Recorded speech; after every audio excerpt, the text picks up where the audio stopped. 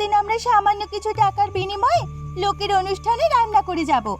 আমরা কি কোনোদিনও নিজের কিছু করতে পারবো না? আমাদের হাতের রান্না কত সুস্বাদু, সবাই খেয়ে তারিফ করে, অথচ গ্রামের লোকজন শুধু খোঁটা দেয়। কখনো কেউ ঠিকভাবে কদরও করে না, খালি বলে তোদের রান্না করতে দিয়েছি, এটাই অনেক। দুটো পয়সা পাচ্ছিস বলে দুবেলা ভাত জুটছে। আমি ঠিক করেছি এবার থেকে আমি আর কারো বাড়িতে রান্না করব না। কে কি বললো সেসব ভাবিস না। এই যে এত মানুষ তৃপ্তি করে আমাদের রান্না খায়, সেটা দেখে তোর ভালো লাগে না বুঝি? সে তুই যাই বল, আমি আর কারো বাড়িতে রান্না করব না। জানিস, আজ সোমা বৌদি পাশের পাড়ার একটা মেয়ে নাকি বিরিয়ানি দোকান দিয়েছে। সেই বিরিয়ানির স্বাদ এত ভালো যে দূর দূরান্ত থেকে মানুষ ছুটে আসে। আমরা যদি এমন একটা ছোট্ট দোকান খুলি বা হাটে ঠেলায় কিছু বিক্রি করি, তাহলে কেমন হয়? খারাপ বলিসনি, কিন্তু নতুন কিছু করা যেতেই পারে। আমি তো সঙ্গে আছি কনক, কিন্তু কি রান্না করবি? এমন কিছু করতে হবে যেটা কেউ আগে কখনো খায়নি। ধুর, নতুন কিছু করতে যাবে তারপর ভালো হবে না, তখন আরেক ঝামেলা। আচ্ছা, এখন ঘুম পাচ্ছে, কাল সকালে উঠে ভাবছি। তবে তোর হাতের মাংসটা কিন্তু হেভি হয়। একটু অন্য ধরনের মাংস রান্না করে মানুষকে খাওয়ানো যেতেই পারে। নতুন কিছু করলে সেটা মানুষের পছন্দ নাও তো হতে পারে। সব সময় এত নেগেটিভ ভাবলে চলবে নাকি দিদি? আচ্ছা ঠিক আছে, পরে দেখা যাবে, এখন ঘুমা। আমার নাতির জন্মদিন বুঝলি তো, একটা ভালো রাঁধুনি খুঁজছি। এই গ্রামে কার হাতের রান্না সব থেকে ভালো বলতো? এই গ্রামের দুই বোনের হাতের রান্না সব থেকে ভালো, কিন্তু ওরা এখন আর রান্না করবে না। কেন রান্না করবে না? সেদিন ছোট বোনটার সঙ্গে দেখা হয়েছিল, বললাম মলয় বাবুর বাড়িতে অনুষ্ঠান আছে, রান্নার কাজ করবি? বললো না গো, মানুষজন পরম তৃপ্তি করে আমার হাতে রান্না খায়, অথচ আমার যোগ্য সম্মানটুকু দেয় না। তাই ঠিক করেছি নিজেরা কিছু করব, লোকের বাড়ির অনুষ্ঠানে আর রান্না করব না। আসলে দুই বোনের খুব অহংকার। তাই নাকি? ওদের সায়স্তা করবার কিছু পরিকল্পনা বল দেখি। আপনি একটা কাজ করুন, ওদের বলুন আপনার নাতির জন্মদিনে ওদের দিয়ে রান্না করাবেন, কিন্তু তার আগে ওদের রান্নার পরীক্ষা নেওয়া হবে। পাশ করলে ওরা রান্না করতে পারবে এবং সারা গ্রামের মানুষ জানবে যে জমিদারের নাতির জন্মদিনে ওদের দিয়ে রান্না করানো হয়েছে। ওরা উপযুক্ত পারিশ্রমিক পাবে। আর যদি পরীক্ষায় ফেল করে তাহলে ওদের আর কাজটা দেওয়া হবে না। তারপর যেমনই রান্না করুক, পরীক্ষায় আপনি ফেল করিয়ে দেবেন, তাহলেই সেখানে অহংকার একদম মাটিতে মিশে যাবে। আরে বাহ গোপাল, তুই তো দারুণ আইডিয়া দিলি, কিন্তু তারপর আমার নাতির জন্মদিনে কাকে দিয়ে রান্না করাবো? কেন, আমাদের ভুলুদা আছে তো। ভুলু এখানকার সব রান্না বান্না পারে? হ্যাঁ, সব পারে। বেশ, তাহলে তুই যা, দুই বোনকে প্রস্তাবটা দিয়ে আয়।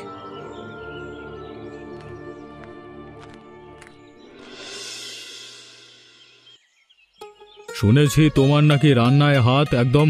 কালকে জমিদার মশাইয়ের হেসেলে ভোজ পরীক্ষা হবে, জমিদার বাবু তোমাদের ডেকে পাঠিয়েছেন। ভোজ পরীক্ষা? সেটা আবার কিসের পরীক্ষা গোপালদা? তোমাদের রান্নার পরীক্ষা। যদি পাশ করো তাহলে ওনার নাতির জন্মদিনে রান্নার দায়িত্ব তোমাদের। চিন্তা করো না, তোমরা যথাযোগ্য সম্মানও পাবে। আর যদি ফেল করো তাহলে এই গ্রামে তোমাদেরকে আর কেউ কোনো অনুষ্ঠানে রান্নার জন্য ডাকবে না। আচ্ছা বেশ, আমি বোনের সঙ্গে কথা বলে জানাচ্ছি। জানাচ্ছি মানে? তোমাদের পরীক্ষা দিতেই হবে, জমিদার বাবুর আদেশ। আদেশ অমান্য করলে কিন্তু তোমাদের শাস্তি পেতে হতে পারে। ঠিক আছে, তুমি একটু বসো, আমি গ্যাসটা বন্ধ করে আসছি।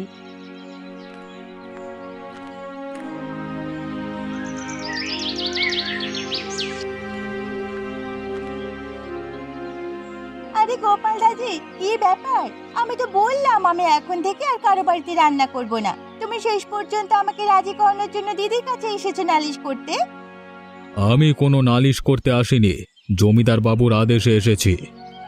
জমিদার বাবুর আদেশ? তা কি আদেশ দিয়েছেন শুনে? সামনের ওনার নাতির জন্মদিন, উনি তোমাদের রান্নার পরীক্ষা নেবেন। পাশ করলে ওনার নাতির জন্মদিনে রান্নার দায়িত্ব তোমাদের। চিন্তা করো না, তোমরা যথাযোগ্য সম্মানও পাবে। আর যদি ফেল করো তাহলে এই গ্রামে তোমাদেরকে আর কেউ কোনো অনুষ্ঠানে রান্নার জন্য ডাকবে না।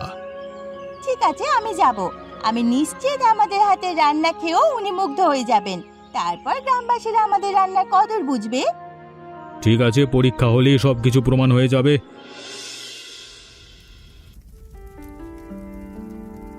অদ্ভুত মানুষ বলিহারি, পরীক্ষা নেবেন অথচ ওনার কাছে সরঞ্জাম নেই। এমন বাজে কাঠে কিভাবে রান্না করব? জ্বালানি ভালো হলে তবে তো রান্না ভালো হবে। এখানে এভাবে বলিস না, কেউ শুনে ফেলবে। শুনলে শুনবে, যেটা সত্যি সেটাই তো বলছি। আমার কিন্তু মনে হচ্ছে ইচ্ছে করেই এমন কাঠ এনেছে যাতে রান্নাটা নষ্ট হয়ে যায়। রান্নায় মনোযোগ দে, এসব নিয়ে মাথা ঘামাস না, নয়তো রান্নাটা সত্যি সত্যি মাটি হয়ে যাবে। এই রে, যে ভয়টা পেয়েছিলাম সেটাই হলো। কড়াই থেকে এত ধোঁয়া বেরোচ্ছে, মাংসের বাইরের দিকটা পুরো কালো হয়ে গেছে। এখন কি করি বলতো? এক পাশটা পোড়া হয়ে গেল ঠিকই, কিন্তু ভেতরটা তো ভালো গন্ধ দিচ্ছে। বাইরের কালো দাগগুলো সরিয়ে দেওয়ার জন্য ঝোলটা আর একটু কষিয়ে রান্না করতে হবে, তাহলে স্বাদটা ভালো হবে, পোড়া ভাবটাও বোঝা যাবে না। তুই একদম ঠিক বলেছিস, সুন্দর করে পরিবেশন করতে হবে।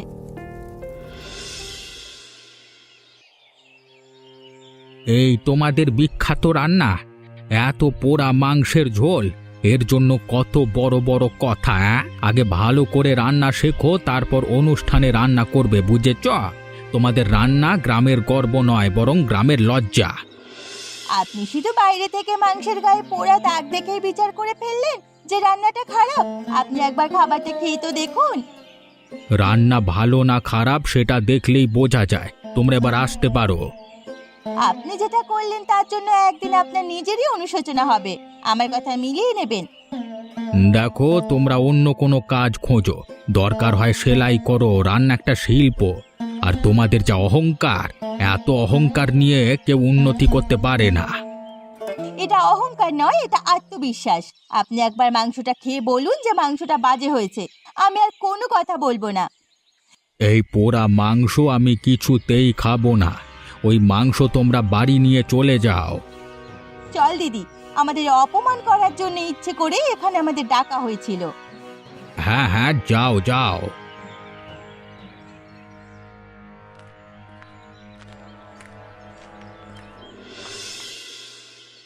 চুপ করে কেন সহ্য করলি সব?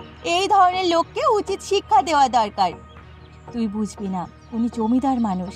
আমরা ওনার বিরুদ্ধে প্রতিবাদ করলে উনি পরবর্তী সময় আমাদের আরো বেশি করে হেনস্থা করবে। তাও ভালো মাংসটা আমাদের দিয়ে দিয়েছে, নইলে যাওয়াটাই বৃথা হতো। এই পোড়া মাংস খাবি? কেন খাবো না? আমরা কষ্ট করে রান্না করেছি। আমাদের রান্নার কদর অন্য কেউ না করুক, নিজেদের তো অন্তত করা উচিত, তাই না? আমার ছোট্ট বোনটা কত বড় হয়ে গেছে। এত কিছু জানি না, তবে ওই জমিদারকে আমি একদিন না একদিন উপযুক্ত শিক্ষা দেবই দেব। ঠিক আছে, তাহলে ঝটপট ভাতটা বসিয়ে দিই, রাতে এই মাংস দিয়ে ভাত দিয়ে খাবো, কেমন? হ্যাঁ হ্যাঁ, সেই ভালো। তবে আজকে আমি তোর উপর খুব রাগ করেছি। কেন রে? আমি আবার কি করলাম? ওই যে জমিদার বাবুর সামনে চুপ করে দাঁড়িয়েছিলিস। আচ্ছা বাবা, এমন ভুল আর কখনো হবে না। তুই সেদিন নতুন দোকানের কথা বলছিলিস না? এখন তো আমারও মনে হচ্ছে একটা দোকান খোলা খুব প্রয়োজন। হ্যাঁ, কিন্তু সেটা কি আর সম্ভব হবে? ইচ্ছে থাকলে উপায় ঠিক বেরিয়ে আসবে।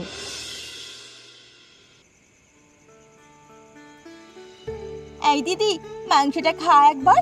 বাইরেটা হালকা পোড়া দাগ আসলেও ভেতরটা কত নরম আর সুস্বাদু হয়েছে, তাই না? ধোয়ার গন্ধে আলাদা একটা স্বাদ এসেছে। সত্যি তো, এই স্বাদটা কিন্তু একেবারে আলাদা। আমি আগে কখনো এই ধরনের মাংস খাইনি। এর সঙ্গে রুটি হলে কিন্তু ব্যাপারটা পুরো জমে যাবে। তাহলে আমাদের দোকানের মেনু পোড়া মাংস আর রুটি। কাল থেকে আমাদের সামনের ঘরে একটা বোর্ড টানিয়ে রাখবো, যেখানে লেখা থাকবে পোড়া মাংসের হোটেল। কাল থেকেই? হ্যাঁ, কাল থেকেই। শুভ কাজে দেরি করতে নেই। আমরা সৎ পথে উপার্জন করার চেষ্টা করছি, সেই জন্য উপরওয়ালা নিজেই আমাদের পথ দেখিয়ে দিচ্ছেন। কাল থেকেই যদি দোকান খোলা হয়, তাহলে তো আজকে রাতেই ঘরটা পরিষ্কার করে রাখতে হবে। তারপর সকালে বেশি করে মাংস, আদা, পেঁয়াজ, রসুন, লঙ্কা, মশলাপাতি, আটা সব কিছু কিনে আনতে হবে। হ্যাঁ হ্যাঁ, সেটাই করব। তারপর রান্না করে সন্ধ্যাবেলায় দোকান খুলবো। ঠিক আছে, তবে তাই হোক। তোর কাছে কি কিছু টাকা হবে? আমার কাছে যতটুকু টাকা আছে সেটা দিয়ে তো সব কিছু হবে না। ঘরটা ভাঙলে কেমন হয়? বিপদের দিনে কাজে আসবে বলেই তো আমি এতদিন ধরে টাকাগুলো জমিয়ে রেখেছি। বেশ, তাহলে ঘর থেকে টাকাগুলো বের করে নিস। তুই দেখিস দিদি, একদিন আমাদের রান্না সবার মন জয় করবে। তাই যেন হয়। এই দেখ দিদি, সব কিছু ঠিক আছে তো? হ্যাঁ, খুব ভালো হয়েছে। আচ্ছা, বাজারে সব পেয়েছিস তো? হ্যাঁ, পেয়েছি। আমি মাংসটা ধুয়ে রান্না বসিয়ে দিচ্ছি। আমি মেনুটা লিখে বোর্ডটা বাইরে টানিয়ে আসছি। ও ভালো কথা। বাজারে গোপালদার সঙ্গে দেখা হয়েছিল। কিছু বলেছে? হ্যাঁ, জিজ্ঞেস করছিল আবার কোথায় পোড়া মাংস খাওয়াবি যে এত মাংস কিনছিস। আমি বলেছি আমরা দোকান খুলছি, মানুষ নিজের ইচ্ছেতে আসবে আমাদের দোকানের পোড়া মাংস খেতে, তুমি এসো। ঠিক বলেছিস, এবার ওর মুখে মুখে আমাদের দোকানের কথা সারা গ্রামে ছড়িয়ে যাবে। ভালোই হয়েছে দেখা হয়ে। তবে আমার না খুব ভয় লাগছে। কিসের ভয়? পোড়া মাংস কেউ খাবে? পোড়া মাংস মানে তো আর পুড়ে যাওয়া মাংস না। একটু বেশি ধোয়ায় রান্না করায় বাইরেটা হালকা পোড়া দাগ হবে, কিন্তু স্বাদ তো দারুণ। আমরা নিজেরা খেয়ে তবেই তো মানুষকে খাওয়াচ্ছি। শুধু নাম দেখলে হবে, কেউ না কেউ তো নিশ্চয়ই খাবে। আর আমি নিশ্চিত কেউ যদি একবার খায় তাহলে সে রান্নার তারিফ সে করবেই। তুই এত ভয় পাস না তো। আর চেষ্টা না করলে সফল হব কি করে? আমাদের যা আর্থিক অবস্থা, তাতে এখন আমাদের কিছু না একটা কিছু করতেই হবে। সে তো ঠিকই, আমিও যা কাজ পাচ্ছি সব দূরে দূরে, তার থেকে এটাই ভালো। দেখা যাক কি হয়। তবে আজকে যদি বাবা মা থাকতো না, তাহলে আরো মনে জোর পেতাম জানিস। বাবা মার আশীর্বাদ সবসময় আমাদের সঙ্গে আছে, তুই চিন্তা করিস না, সব ভালো হবে। তোমাদের সাহস আছে বাপু, সেদিন জমিদারের কাছে পোড়া মাংস নিয়ে এত কথা শুনলে, তারপরেও আবার দোকান খুলেছো, আবার তার নাম রেখেছো পোড়া মাংসের হোটেল। অদ্ভুত। তো কি মেনু আছে শুনি? পোড়া মাংস আর রুটি, খাবেন নাকি? না না থাক, আমি খেতে আসিনি। তাহলে এখানে আমাদের দোকান নিয়ে ঠাট্টা করতে এসেছেন বুঝি? তা কেন?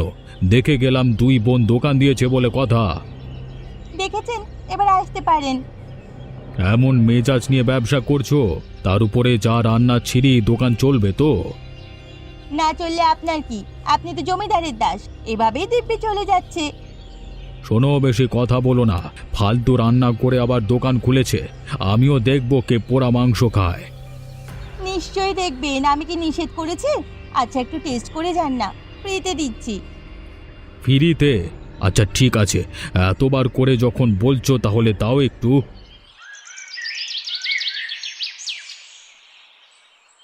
কি কেমন? পোড়া মাংস যেমন হয় আর কি। আচ্ছা আমি চললাম। ভালো হয়েছে তাই তো? আমার দেরি হয়ে যাচ্ছে, জমিদার বাড়ি যেতে হবে, চললাম।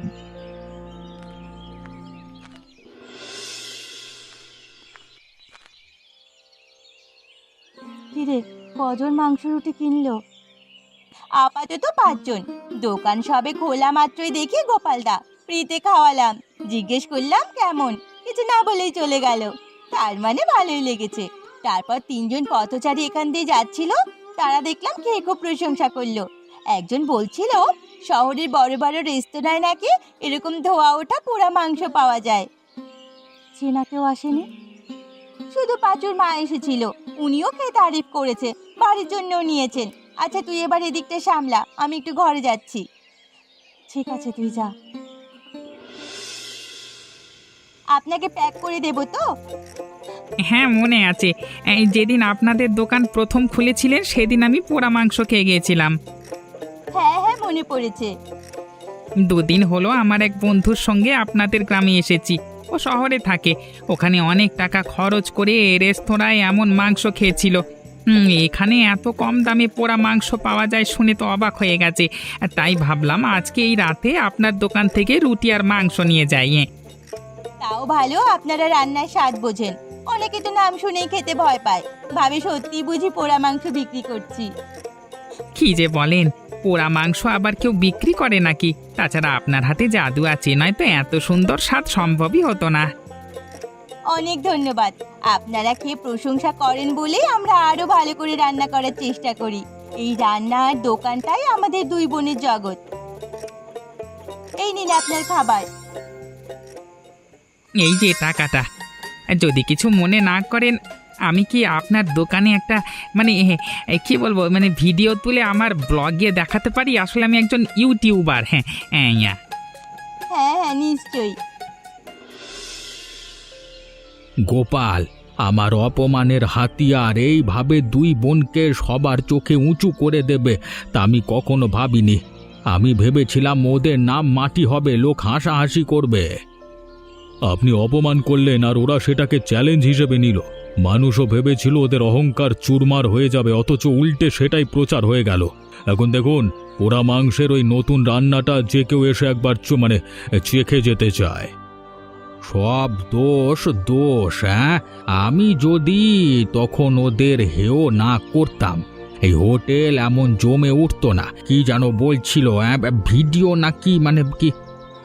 হ্যাঁ হ্যাঁ, ওই যে শহরের লোকেরা এসে ভিডিও তোলে, সেটা নাকি একেবারে ভাইরাল হয়ে গেছে। চারিদিক থেকে লোক ছুটে ছুটে আসছে। গ্রামের ধনী গরিব সবাই লাইন ধরে পোড়া মাংস খাচ্ছে। আরে ভিড়ে তো দোকানে জায়গা পাওয়া দায়। কি হবে এবার? সবাই তো আমাকে নিয়ে হাসবে, বলবে এত ভালো রান্নাকে আমি খারাপ বলেছিলাম। এটাই তো আশঙ্কা। এখনই কিছু না করলে কাল থেকে আপনার জমিদারির মান যেমন নষ্ট হবে, তেমনি আপনার কথা কেউ আর মানবে না। কিছু একটা করতে হবেই গোপাল, আমি আর এসব সহ্য করতে পারছি না। এক কাজ করা যাক, ওদের খাবারে এমন কিছু মেশাতে হবে যাতে লোকে অসুস্থ হয়ে যায়, তাহলে ভিড় একেবারে কমে যাবে। ভালোই বলেছিস, ওরা যত উঁচুতে উঠছে এক ধাক্কায় ওদের সবার চোখে নামিয়ে আনতে হবে।